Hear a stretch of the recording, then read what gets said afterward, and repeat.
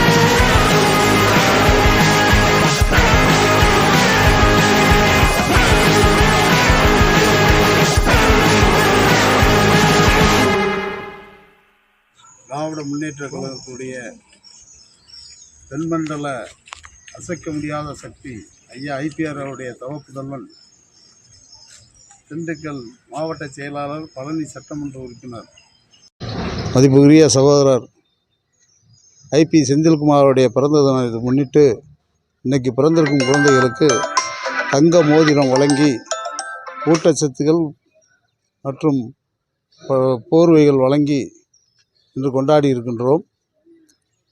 இது மட்டுமல்ல, இன்னும் நிறைய நலத்திட்டங்களை செய்ய காத்திருக்கின்றோம்.